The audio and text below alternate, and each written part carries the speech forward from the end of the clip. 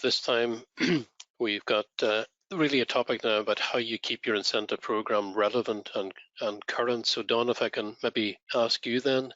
So what we're seeing, and I think what everybody's acknowledging, Don, is an ever-changing channel landscape, right? It's one thing that stops us from getting bored on our roles. But part of that is driven by the move to cloud and cloud offerings, as well as the new breeds of partner types that are out in the marketplace.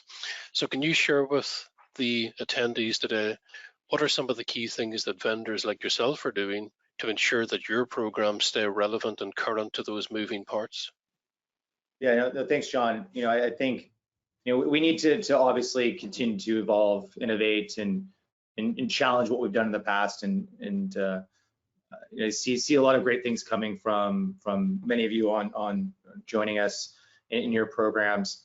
I think it goes a little bit back to some of the things Kenneth was said, that was the key elements tie back to the behaviors, right? You got to really lock in on the behaviors your organization want to drive, and when we look at it, and when I look at it, it's where is your customer, right, going, and what are the needs from your customer when it comes to how they want to consume your technology, or even how they want to be influenced, right? Is your buyer still influenced by the IT organization, or is it the business driving some of those elements? And that's going to drive the types of partners that you're going to work with, and the overall services and solutions in which the partners are going to offer.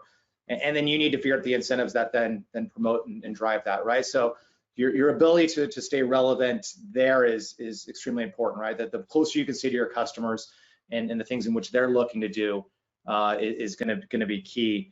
And then I think the other piece that is important, and I know we're going to get into it a little bit later, but around our partners are being asked to deliver this Amazon-like experience, right, to their customers, and they're expecting that in their programs, right, and how they work with us, that they need to have that same type of experience.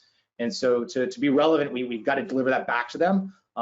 Easy, fast, simple, predictable, specific to their needs, right? The more we can do those things will help us stay relevant within their organization and probably maximize the investments that we put in place.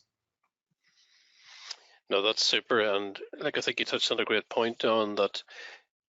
Vendors now need to think from the customer side and back through their partners in terms of how partners want to procure, as well as actually see that service delivered. And your latter point about this Amazon type experience, this consumerization of purchasing, people want that consumer type touch point. No, terrific insight. Kenneth, anything that you would add to that at all from what you've seen?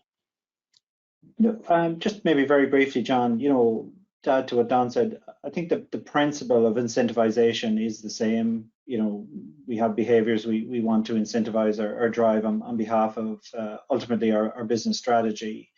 So just, kind of boil it down to that. Obviously, the channel landscape has changed dramatically over the last, 3 or 4 years. We see lots more partner types, evolving role of distribution, the transition to the cloud. So these are all different things we're incentivizing now, but we're doing them for the same reasons. And last point I would make is, one thing I've seen vendors being more successful than others, or say our customers being more successful than others, is time to pay out. I can't overemphasize how important. So if you incentivize somebody for taking a course or closing a deal or whatever it is, don't wait 3 months to reward them. You really need to be doing it very, very quickly. Otherwise, the value is gone. They forget half the time what they were rewarded for. So, stay top of mind. Yeah, and I think as we're both parents of teenagers and young adults, Kenneth, you just touched on a good point, that instant gratification of my payouts. Yep, agreed. Wonderful. Okay, Brenda, if I can switch back to you then for yet another poll then, please keep your answers coming. And this time we're going to look at how your partners, or how many partners participate in your channel programs. So Brenda, let's get the numbers in again, please. Yeah, so we know it's a competitive space out there. So what percentage of your channel partners actually participate in your incentive programs?